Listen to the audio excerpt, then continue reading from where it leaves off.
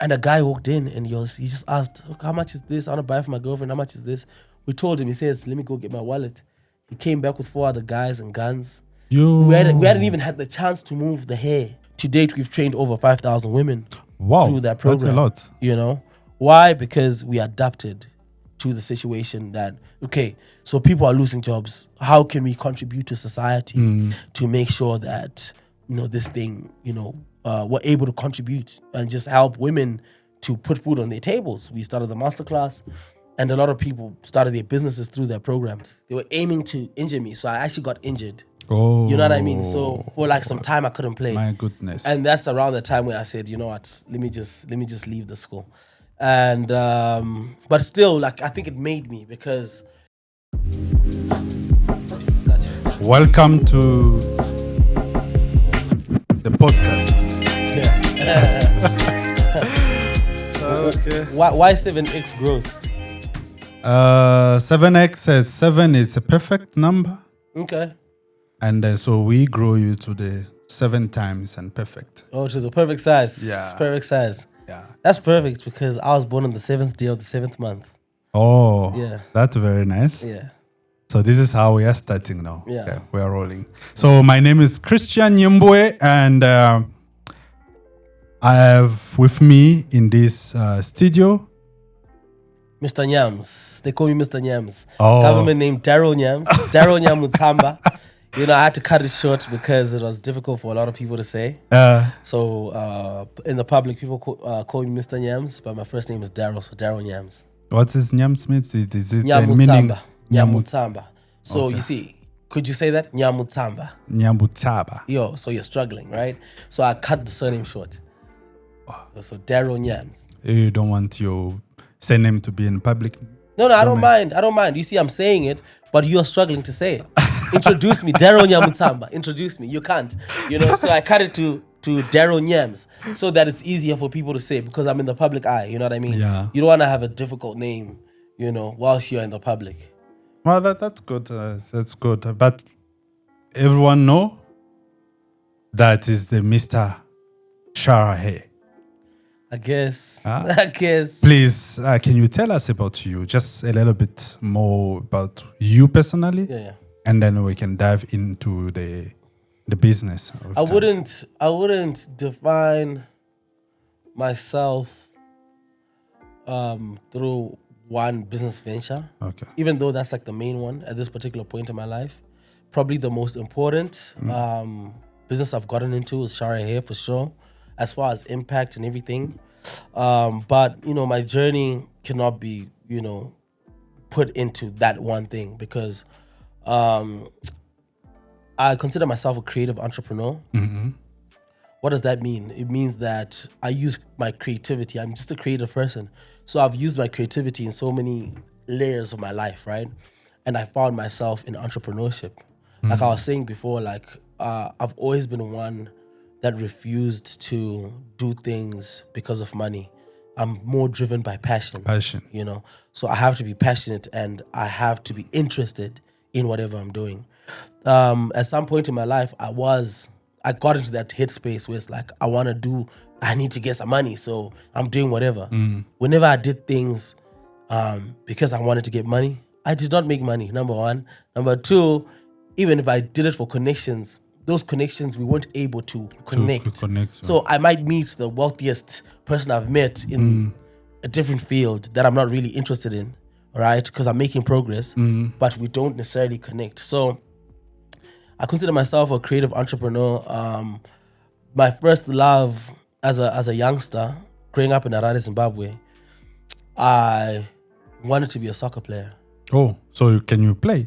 Like proper. Not anymore, man. Oh no, but the talent is talent. I can juggle the ball, I can do the round the world, but I can't run anymore. I need to get back in the gym, After this, I'm going straight to Virgin Active, bro. But I wanted to play soccer. I can give you. I have my a premium Virgin Active. I have a voucher for it. Okay. Amazing. Maybe we can do a session together. That would be great. And we'll document it, okay? Yes. Yeah. Oh, we can do because that. you lift? Yeah, I do. Okay, what are you benching? Now I'm like 120. Oh damn. Okay. That's So crazy. I'm trying to Push it up. up. Okay. 150 is the target. To the target. That's crazy. That's crazy. I probably can do 100. You see, you're strong. We'll see. Yeah, so I wanted to be a soccer player because my father was the chairman of ZIFA, which is like the football association in Zim. Okay. So I grew up around football. He owned a soccer club when we were younger. Wow. And so Is he still alive? yeah, he is still alive. Okay. So Sundays we spent at the games, so every Sunday, you're going to watch soccer and stuff like that. So soccer was just in my family. And then I went to a high school called Churchill Boys High, where I played soccer, but I got bullied. I was a really like small kid, and I got bullied. So I left that school, and that school is where I was playing soccer, like for real, because the biggest team in Zim, they practice by the school, the fields for Churchill. Okay.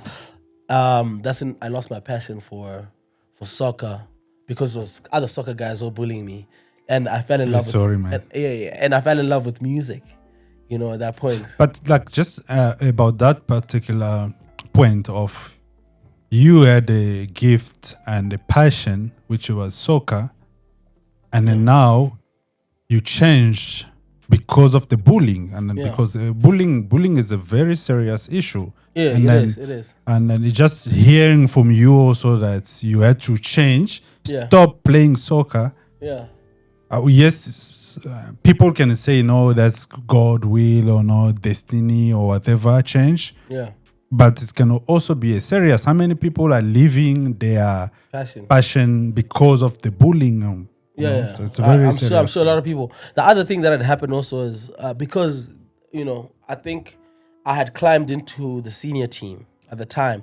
Okay. So now the bullying wasn't literally like just at school, but on the field. They were aiming to injure me. So I actually got injured. Oh. You know what I mean? So for like some time I couldn't play. My goodness. And that's around the time where I said, you know what, let me just leave the school.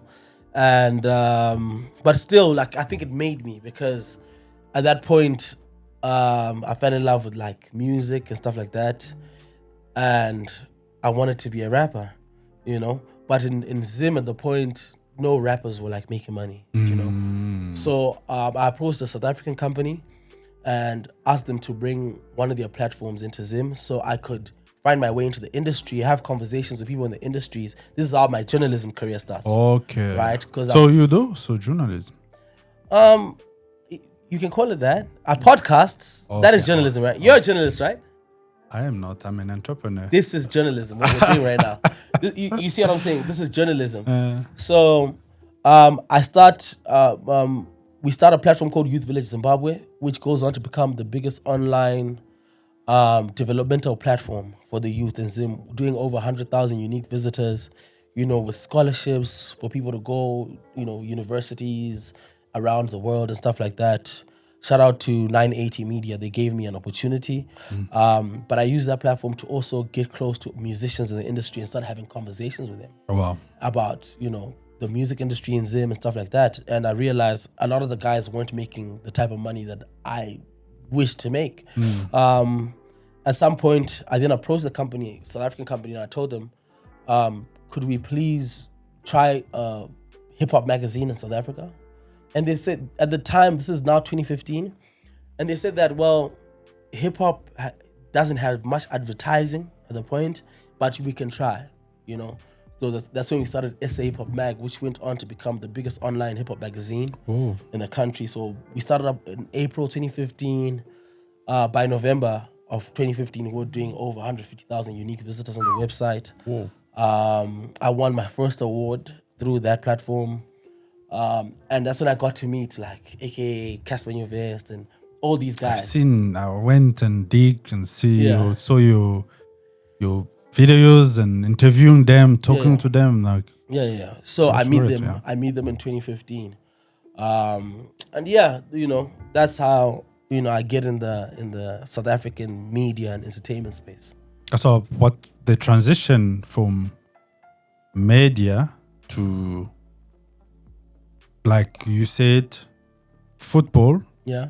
You changed to music, and then Music where are we led me right to now? media. To media, and Yeah. So now I'm doing this media thing in 2015. And then in 2016, I met a girl, right?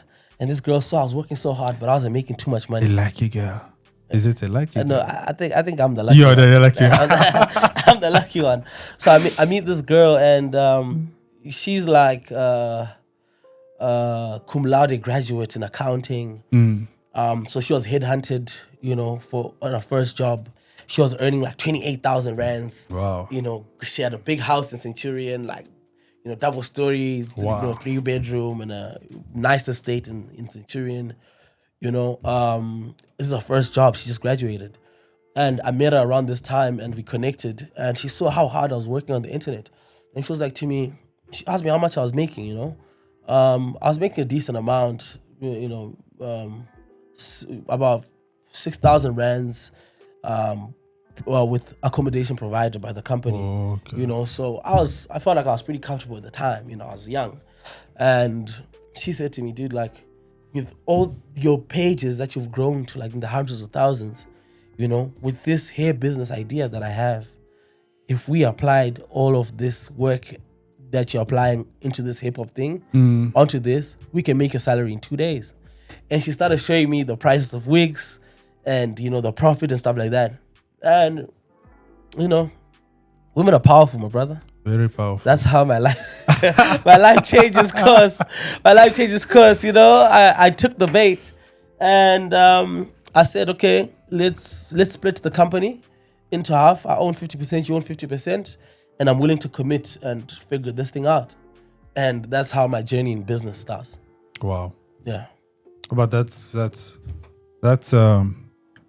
power of the relationship. Not only women, the power of women, but also a relationship. Yeah, no, for sure. Because this life, it's most of the time for you to really make it to a certain level, or for you to discover yourself, you need someone to really show you that you can do more. Yeah. And then it's again more if it's a woman. And that woman is not just any woman. She was like, you are married now? Yeah, I'm married now. So it's your wife. My wife, That's how far you are from. Yeah. So, you're from for. Yeah. So in 2016, I was surprised she was ready to quit her job. You know what I mean? I had saved up about 10,000 rands. She says she put up 10,000 rands as well and said, okay, let's go on this journey. And I told her my ideas. Let's have a photo shoot. So Shara Hair has his first photo shoot around that period. She got some of her friends and family. We did the photo shoot and started pushing the hair online. Started running Facebook ads. At the So time. you started straight with Facebook ads. Yes. So no store, nothing. Before that, she was obviously she would sell to people she knew. Whether it's in school, whether it's like a church, whether it's just her community. So that's who she sold to. But I think from that point, we then started formalizing the business. Okay. And actually growing it. I think when I met her, it had like 800 followers on Instagram.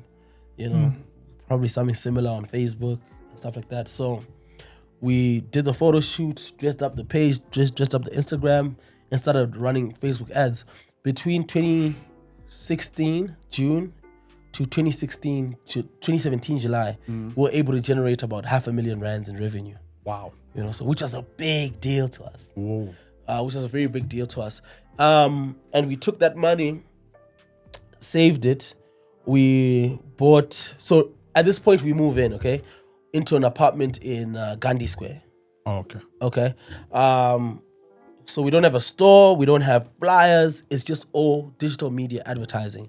And in our lounge. How was the delivery happening?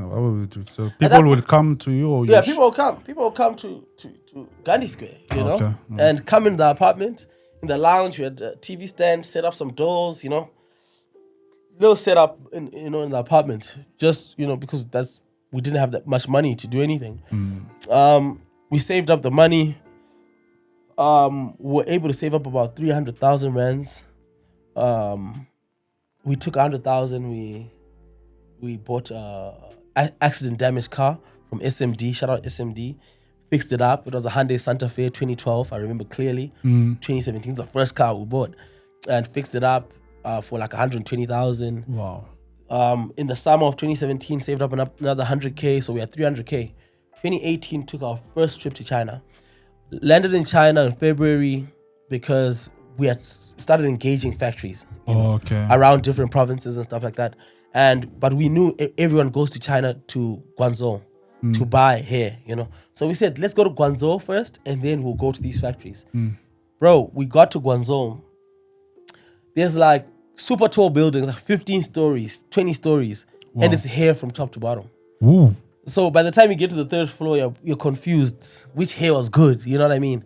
And after that, we then traveled to the different provinces, connected with one particular group of individuals, Chinese people in the Henan province. They owned like a hotel and stuff like that. And hair was just one of the other things that they were doing. And we left the 300,000 that we had. We, wired the money to them, flew back to South Africa, opened our first shop in One Elof. I don't know if you know the building, One Elof in Johannesburg. Opened our first shop. It wasn't a big store. It was probably from, the size of this room. Oh, okay. That was the size of our store. Did it up a little bit. The hair arrived. I remember clearly it was the 25th of May. When the hair got to the shop, it arrived in cargo, the green cargo bags. They delivered it in the morning, 9 a.m. The hair came in. But because it was the 25th, the store was busy. Now we'd gained a bit of traction. So from the morning, the shop is busy. And at midday, then the first time, like, there's no clients. So maybe we could get some food. Maybe we can sit down, We're tired. Made a bit of money, maybe like 20,000 rands in cash. We swiped maybe another 20,000 rands. And a guy walked in and he just asked, how much is this? I want to buy for my girlfriend. How much is this? We told him. He says, let me go get my wallet. He came back with 4 other guys and guns. We hadn't even had the chance to move the hair that we got from China. It was still there. It was still there. And they came with guns. Do you think it was a set or what? Could have been. Or it just... Could have just have been God, man. Or it could have just have been... I say this, today when I look back, I'm like, okay, this is interesting because we got robbed. And, the whole goal is to not get into debt. Do you know what I mean? At that point, when you're thinking about business, it's like, we don't want to get into debt, Yeah. We had to call the Chinese people like, look, the hair arrived, but we got robbed. Do you know what I mean? I don't know if it was a setup or if it just felt like maybe these people use Muti, man, to know like there's something. That's how it felt, because the first time in the day where there's no one in the store is when these guys come in. And when we were watching the footage back, the security even walked in front of the store whilst we were being robbed. Do you understand what I'm saying? So it was just a very weird experience. We called the Chinese people. We told them what happened. They said, okay, we have more hair. We'll send you 100,000 rands worth of hair. And we said, okay. That's when we got our first employee. Because now it was do or die. We said, okay, what are we going to do? Now we're in debt. We're owing these guys 100,000. And they wanted us to sign some contracts. But we said, listen, we'll get this money back to you fast. But how do we get it to them fast? We decided to do pop-ups. So we started popping out in Mpumalanga. So we did Witbank, Secunda, Emelo, Standerton, those 4 places in Mpumalanga. And crazy enough, we got our the first employee we got. His name is KJ. Big shout out KJ. He's now like the regional manager for the business today. Wow. He's a super intelligent guy. One of the pillars of our business today. And KJ stayed in the store. We left about 25,000 rands worth of hair with him. We went to Witbank. And when we got to Witbank, there were so many people waiting for us. Whoa. How did the people know that you're coming? Facebook. We just post on Facebook. Go on Facebook, you post, you'd run ads. We called News Cafe. We asked for a space outside. Forgetting this guy's name, shame. He passed away. But, we ended up having a great conversation. I remember it. A great relationship because obviously News Cafe, there's food inside. So they're not going to allow hair to come in. But when we just had a conversation, he said, come see me. I went to go see him. We connected and he gave us a spot outside. And he said, okay, you can sell from here. Wow. Funny enough, we'll do our pop-ups Thursday, Friday. When we'll get there, all the women in Witbank are at News Cafe. Whoa. So automatically, his business is now attracting a lot more clients. You know, because the guys now know when Shara's coming, News Cafe is the place to be. You know, so our relationship ended up being like that. Like, we got there, the stock that they had given us finished in Witbank before we could even go to the other towns. Wow. You know, then we had to call them. They sent us more hair, and we finished our tour. Did it 2-3 times. We're able to pay them back their money and still have money to buy from them. And then that's why I say maybe us getting robbed was God, because, you know, you're 22. Like, just get like you getting the hair, like getting into debt. Yes. Made you now Get out of your to comfort push, zone. get out of your comfort zone, so that you can think Outside the box. outside the box and do things that you didn't think from the beginning. Bro, like, I think I was like 23 at the time. You know, I had hundreds of thousands of rands. Life was good. All I wanted to do was go to a rooftop in Maboneng on the weekend. Do you know what I mean? Buy myself a bottle of Graham Beck or 2 with my girl, you know, drink, eat some nice food, you know, experience, you know, Joburg lifestyle. You know what I mean? We had a car, you know, we had our own apartment. So, you know, we were living good. We felt like, you know, if we decide we can go to Europe, we can go to Europe. You know, you're feeling really good about yourself. But when that happened, it really made us realize, look, you haven't done anything. And then made us think outside the box to pay back this debt. But when we got to do that in Mpumalanga, we realized, look, what about Western Cape? What about Northern Cape? Oh, yeah. What about Eastern Cape? What about Free State? What about KZN? That year, we spent the rest of the year traveling, doing pop-ups across the country. So did you buy another stock or? Yeah, so now we had made the money. Okay. So now we're spending money every time, like buy the hair, spend 150, go on road. Spend 150, go on road, you know? And the hair was selling out on the road. And what we found was people around the country were seeing the ads on Facebook. But remember, pre-COVID, people were not too comfortable buying online. Buying online, yes. You know, they didn't trust. There were so many scammers, you know, on Facebook and stuff like that.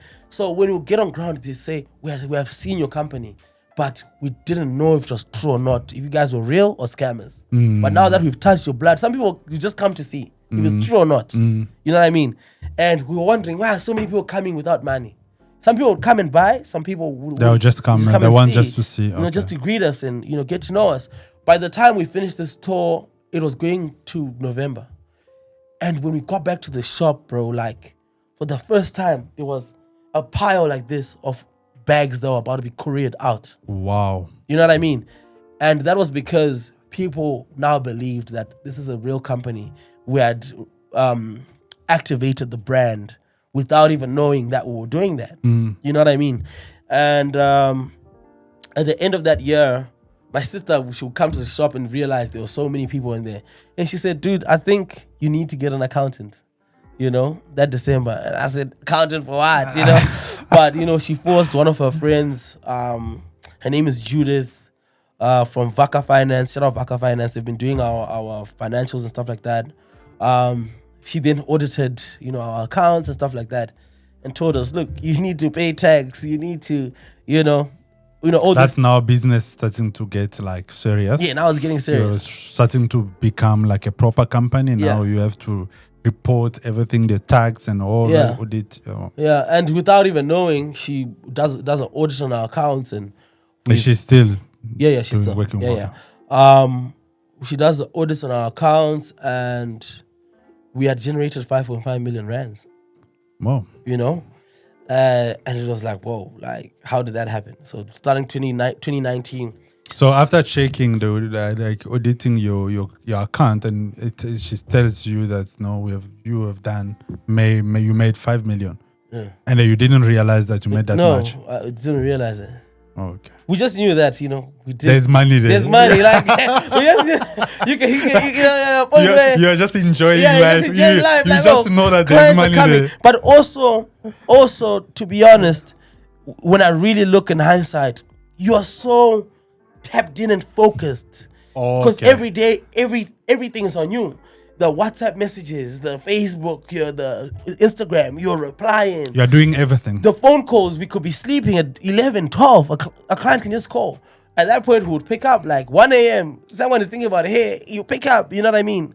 And have the conversation with them. So there was just so much going on, at that point in our lives. When we heard that, it was like, wow, okay. So that's when we realized, like, this could really be big business. You know what I mean? And we started just looking outside of SA and said, if the tour worked in SA, what if we go to Botswana? Yeah. I'm gonna send you a picture. There's a picture that I have in 2019. I toured Botswana, and I had like bricks of money. Like after touring Botswana, like doing 3-4 places in Botswana, without knowing that people knew us already there, people showed up so much. So what you were doing is, before to get there, you run a campaign. Yeah, run a campaign. So that's like a Facebook ad. Yeah. So you run a campaign for a certain period of time. Yeah. And then you go there. And then you go there. So people will be there already. They'll be knowing about it, Yeah, and waiting, okay. and anticipating. Run 2 months before the date. Run our campaigns. That's a very good model. Are you still doing that? We now have stores in a lot of these places. Oh, okay. You know what I mean? So you don't. There's no need anymore. Yeah, it's kind of changed. But now, we're still doing it, to be honest, but not on the same level, because the markets that were pretty interested in us. Because the bags are full. No, the bags are Now not there's full. no- No, the bags are not full. We've set up infrastructure. Okay. You know what I mean? Our infrastructure is set up in a way where, people trust Korea a lot more now. And we know if we run our ads, we reach the right people. We courier to all these places and stuff like that. So, and we have a lot more going on, within our business. Okay. You know what I mean? So Botswana did well, treated us very well. Opened a store in Botswana, it's doing pretty well. Did the same thing with Zimbabwe, opened a store in Zimbabwe. We actually had the other business model that we have when we built up our company. Within COVID, a lot of our clients lost their jobs. So, which is another thing that makes me learn a lot about business, is that ideas are not born finished. So we had this idea about this business, and when COVID happened and a lot of people lost their jobs, and they would come to our shop on Saturdays because we give out alcohol to our clients. So these people were supporting us for the last couple of years when they didn't have work. We told them, you can still come drink on Saturday. Do you know what I mean? So they'll come and they'll say, Ish, I don't have a job, but how can I get into hair? Maybe I could get into hair. Oh, yeah. And we got the idea to start the Shara Masterclass. We started training people to start their own businesses in the beauty industry through the Shara Masterclass, which is a leg that then obviously brought revenue, but more importantly, we were able to empower a lot of there's people who have stores that are better than ours, who came from the masterclass. Really? Yeah, better in terms of looks. I don't know about the business and the infrastructure, but there's people who have stores that look better than ours, who came from the masterclass. To date, we've trained over 5,000 women through that program. That's a lot. Thank you very much. In Southern Africa, at a point, we had people flying in from Ghana, Kenya, to come attend. We knew every class would have people from Botswana, Namibia, Zimbabwe, Swaziland in every class, At some point, every class was sold out. So, Shara Hair then grows into becoming a women empowerment business. Why? Because we adapted to the situation that, so people are losing jobs. How can we contribute to society to make sure that, this thing, we're able to contribute and just help women to put food on their tables? We started the masterclass, and a lot of people started their businesses through that program. I'll send you some testimonials that you can, maybe play throughout the program. People talking about how the program changed their life. Is it the master class? Do you do like physical classes? And then if you do that, how do you get to people who are not like in Gauteng? They fly in. So if you want to do it and you are, for example, in Cape Town, you have to come this side. Yeah. How long does it take, like, for you to do the full masterclass?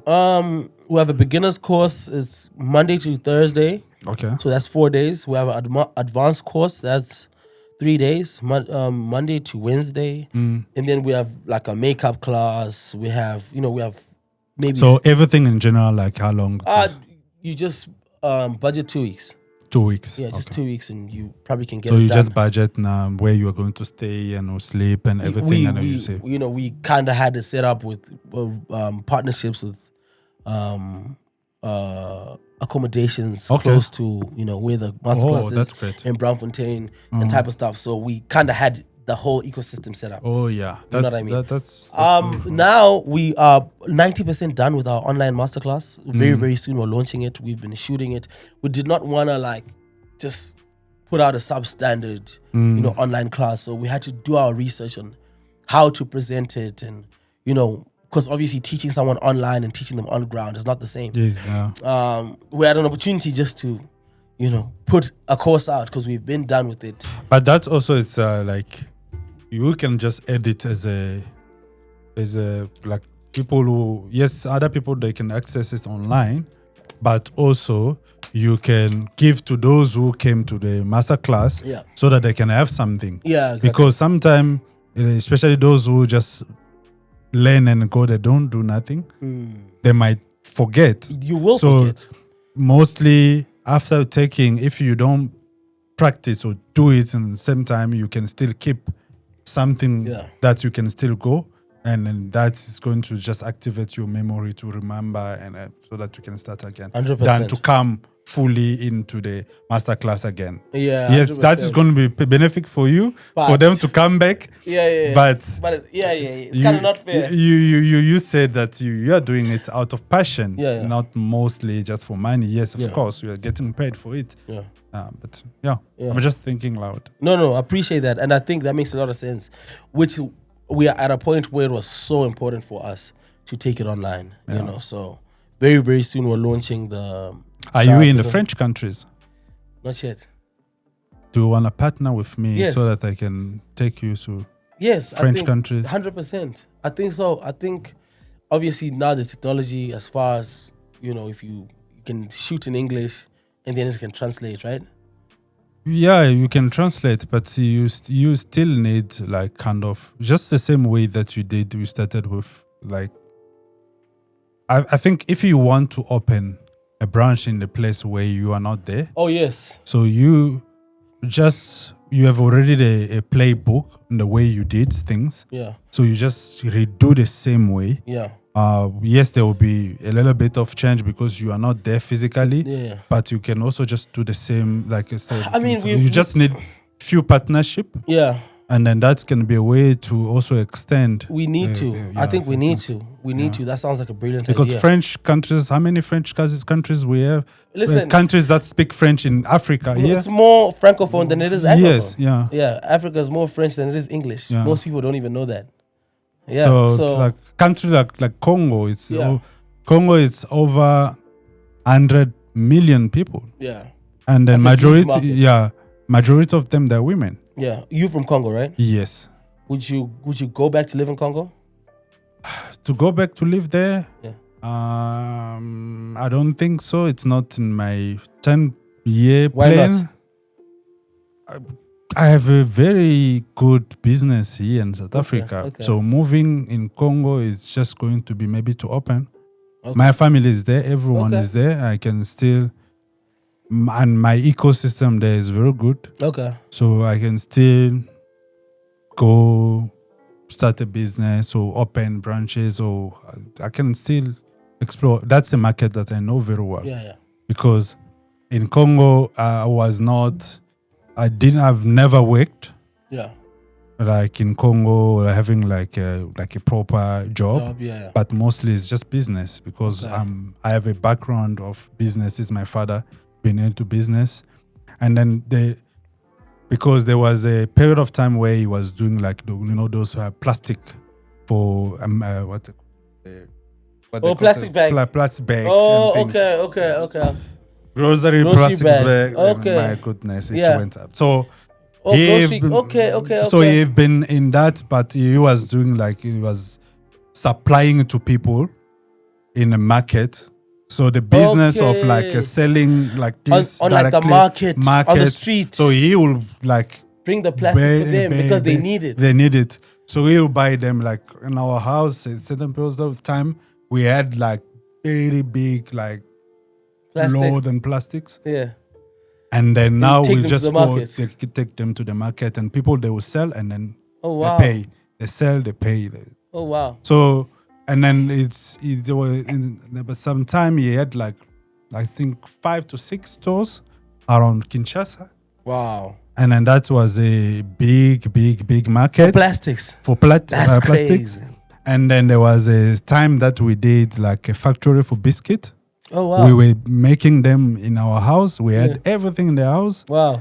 And that's now again, you do like that and you supply it in the market. People sell, and just a proper business. So the one-on-one business, moving and selling the actual product. That's you. Right now I'm selling service. Yeah. But product I know very well how to sell. So it's a brilliant skill to have. It's a brilliant skill to have, and a great way to meet a lot of new people. I'm very grateful for my journey actually being on the ground and selling hair, because I met so many different people and so many influential people, through that. You know what I mean? The experience of business is relationships. Yeah. Business is getting out of your comfort zone. Yeah. To do things that you didn't imagine doing. Yeah. You didn't know that you're capable of doing. Yeah. You do them, and then that you grow. Because once you're out forever. You're out. Yeah. And then that's where to start, because most people are stuck even in the business because they can't get out. They say, this is what I know, even out of their passion, because there's a passion, but there's also business inside your passion. Like you were talking about passion. Yeah. You have your passion, but you have to do certain things. You have to get out. You have to get out of your comfort zone to go to sell. Imagine you in the background of soccer, jogo. That's what we call them. Yeah. And then music, things. And now you get outside now to go to sell. Hey. Yeah. You see, that's a very big step. And what's so crazy about my life is that after doing all this, opening, several branches, employing, so many people, over 50 people, my passion stuck with me. My love for music never left. And last year I started releasing music again. Oh. I had a pretty good relationship with the late 𝐀𝐂𝐂𝐄. And because I met him, he was the first 2 weeks after I got into South Africa, I met 𝐀𝐂𝐂𝐄. Wow. You know what I mean? And crazy enough, I was at his show in Zimbabwe 2 weeks before I came to. So a month before I came to SA, he was doing a show in Zim. I was at the show. So when I met him in SA, I told him, I was at the show in Zim. You know what I mean? And we just had a conversation. And I told him, I want to do music. But I didn't do music. I stopped doing music 2015. I got caught up with everything else I was doing. When after COVID, he would, every time he would say, where's the music? You said you're going to do music. Where's the music? And crazy enough, 4 months before he passed away, he was releasing music. He was about to release his album. Wow. And what happened to that album? It came out. Okay. It came out after he passed. So he gave me a call. He had dropped a song with Nasty C, Lemons, which was blowing up. And he gave me, randomly, man, called me 2 a.m. and he's like, are you still media? I say, yeah. I wasn't in media at the time. And he says, a lot of people, because his fiance had passed away, so wasn't getting along with a lot of people in the media. He was like, I don't think you guys were writing nonsense about me. So, do you have a camera? I say, yes. He says, come, let's shoot a podcast. That's how I start podcasting. Cool. So I call my friend. I say, look, you have a camera? Let's go meet 𝐀𝐂𝐂𝐄 tomorrow, 11 a.m. at Sony. We go there, we shoot the podcast. The podcast blows up, trended in Nigeria. Wow. Did big numbers. And from there, we got the call from Nasty C's team. Started getting calls from so many people. And that's how the podcasting starts. But every time I saw him, he'll say, where's the music? you know. So after he passed, I just started feeling like, man, I need to go make music. And last year I started releasing music. So after doing all this business stuff, I'm now a businessman. Now I'm back in the studio, which is like the most crazy thing. And the most weirdest thing as I go back to Zimbabwe. Luckily, earlier on this year, I had a very big song back home. Called Mutupo. I think we've done about 2 million views on the song. Wow. You know, so did very, very well. I think we were like number 3 on the radio and stuff like that. So that song did very, very well. So as I moved back in Zim, it's like, now, you know, you're a businessman, you're a musician, what's going on? You know what I mean? Income-wise, music is paying or business? No. Music is not paying. I have done... I'm sorry, this is a business podcast. Yeah. So I'll ask you about the business and then the return on your investment. That's very important. But like I said to you, I move through passion. So I don't think I'm gonna be the type of artist who wants to be sorry, I need to put my phone on flight. I don't think I'm gonna be the type of artist who wants to be constantly doing shows. That's not what I'm trying to do. I'm trying to build a brand. I'm trying to get in the hearts of people. I have aspirations in my life, political aspirations. Okay. You know, and I'm a salesman. I sell things, right? So the more people know me, I can sell product. Yes. So if you think about it and think when you start your podcast, when you start whatever business you're going to start, if you think that you're going to start making money immediately, you know, life is not like that. There's always a period where you are investing more than you are making back, true, you know? So a lot of people, I feel like, fail in business because they're too focused on the money. Do you know what I mean? It's very important to focus on the product, focus on the processes of what you're doing, you know, to get it right. So people, I always say, you know, passion is very important, but at the same time, you need to survive. So when you move a passion, like, I wasn't in a rush to make a hit song. I was in studio because I love to be in studio. I got a hit. Do you know what I mean? There's somebody who's there saying, my first song, I got to make my money back. It's not going to work like that, bro. You're going to have to invest a lot of time in whatever you're doing before you can see the returns. Yes. Right now, we've done, me and, you know, some of my friends and my colleagues back home in Zim who've been doing shows. Shout out to OCD, shout out to Coach.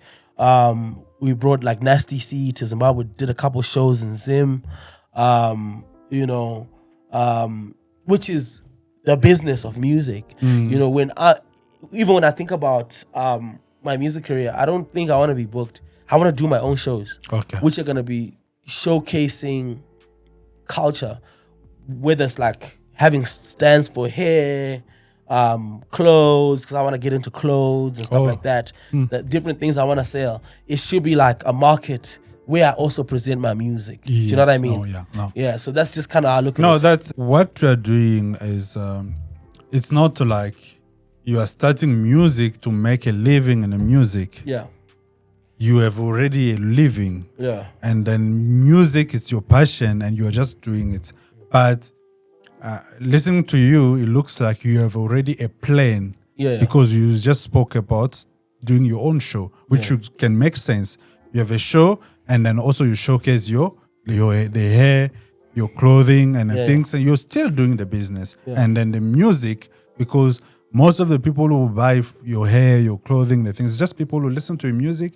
So yes, you are not getting paid directly for music, but you're still getting paid. Yeah. 100%. So it's always very good. Like, you don't get paid now, but you must have a plan in the way you're going to get paid. 100%. Than just go and then you realize like it's already like 5 years, and 10 years. Nothing has come together. I wanted to ask you one question. And I want you to be honest with me about this question. What is a truth you believe that most of the people in your industry, in the business, whether it's business or music, you can choose which one you want, but let's talk a business industry, will not disagree. We will let's say will disagree with you. Like one truth. Do I ask again there? No. I want to think about this. What is one truth that I believe that most people within my industries people won't believe? To be honest with you, I agree. I don't.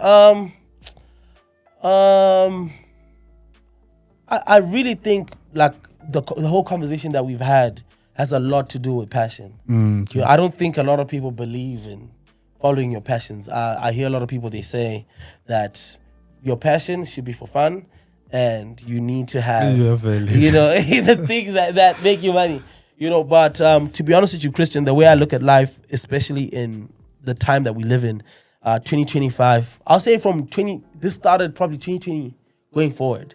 We are now living in a time, the timeline that we're in is a community-based time. It's not about what you can do alone. It's about what you can do with other people. Yes. It's all about building communities. Do you know what I mean? And to build communities, for me to want to spend time with someone, we need to have similar interests. Do you know what I mean? If we don't have similar interests, our interests have to cross paths somewhere. Do you know what I mean?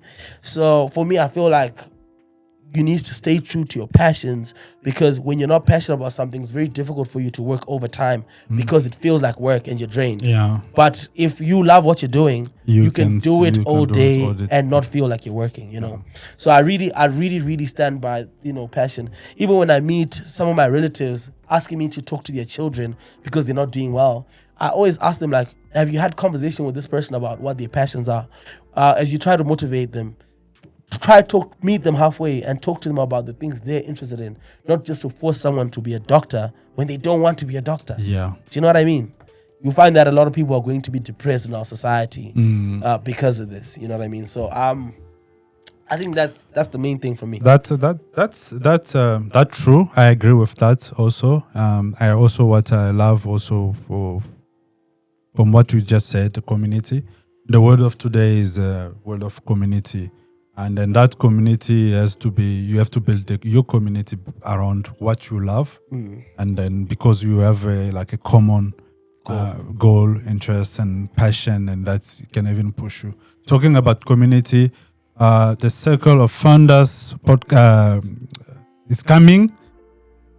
We're putting a very big international community. Oh wow! That we build. We're still working on it. We launched it last year. Yeah. And now we are just now working towards it. Circle of Founders. Yeah. So what we want to put together, like entrepreneurs and founders, people who want to start a business, people who are doing business, and then so that we can work together and then push. The target is, and our vision is to get someone to land or to get the first client in the first 90 days. Oh wow! So you come in, we get in, we work with you, and you get your first client within the first 90 days. 90 days. That's incredible. So that's what we want to do, because people have passion, but people have to learn to do business. This is very important. Because passion without knowledge of business, you're gonna live a very tough life. It's going to be difficult. You are doing your passion, but you still learn about the business. 100%. You still had to go through to learn and learn, and then with people around you teaching you. So we are there as a guide. Yeah. We are going to be there as a guide for whoever, but it's a community where we do everything together. We work together. We push you outside and I'm very excited about that. I love what you said. 100%. You mustn't get it confused. Passion is important, but when you're passionate about something, it's important for you to learn the business around whatever that is. Because everything has business around it. Yes. So you need to learn the business. That's true. That's very good. What was the moment everything changed in your life? And what was the price? The moment everything changed was the moment I decided to leave hip hop to focus on music. to focus on business. that's when everything What changed. was the price? The price was letting go of the thing that I was passionate about most and grow into a new person. So I feel like I've lived different lives. But the thing that I realized, I would have never learned how to advertise online if it wasn't for hip hop. Hip hop made me want to start an online magazine. And while spending so much time on the online magazine, working 10, 12 hours a day, I learned how to advertise. So by the time I meet Tanya, I know how to advertise online because of my passion. Oh, that's good. Yeah. Let's talk about success. Yeah. I know you are a very successful guy. Am I? You are. I am successful. Just from the conversation we had. Yeah. So I've seen quite a bit of success. You're right. So what do most people get completely wrong about success? If there's one thing.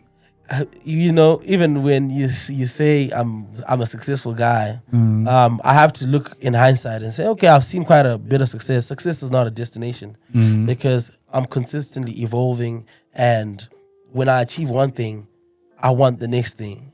It doesn't stop. So success is just a bunch of W's. You just have to stack up your wins.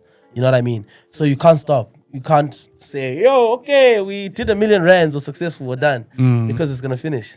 Do you know what I mean? So what people get wrong about success is that it's a destination. No, it's not. Okay, no, that's beautiful. That's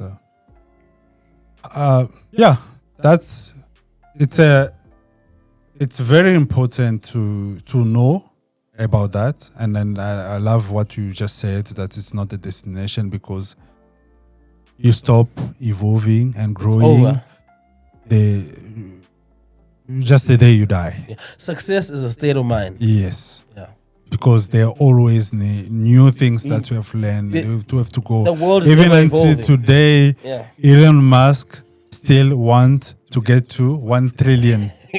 And then for you to get to $1 trillion, you have to learn new things. Yeah. So you go, and I don't think he thinks like success is a destination. He's just enjoying what he loves to do. What are your thoughts on Elon Musk? I was watching a video of him with Donald Trump, and he was tweaking. Did you see that video? I love that guy. Did you see the video in the State House though, when he was with his son and he was acting weird? Did you see that? Yeah. What do you think that is? Do you think he's on coke or drugs? No, I don't think so. He was just annoyed to what was happening there. Okay. That certain people. That's what I think. Once you get to a certain level of life, you start to see you don't tolerate nonsense anymore. Like you see people. Yes, there. Donald Trump is there, and that people you just see rich people are just Yeah. I love him. You're inspired by Elon. And that's my guy. Yeah. Because the way he think. Yeah.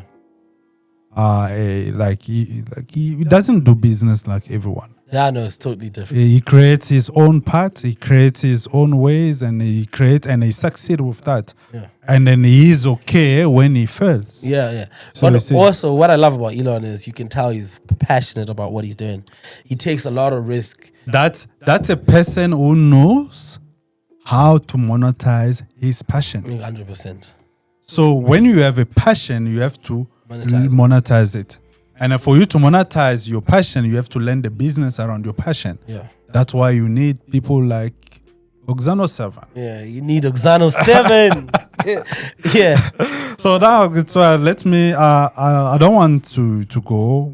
There's still more question, and I think we can still come back and talk again about, we can have more conversation. You can still come back.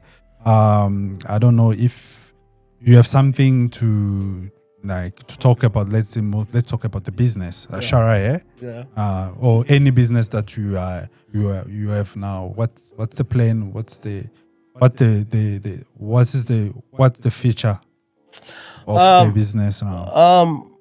To be honest with you, my main goal is to transform right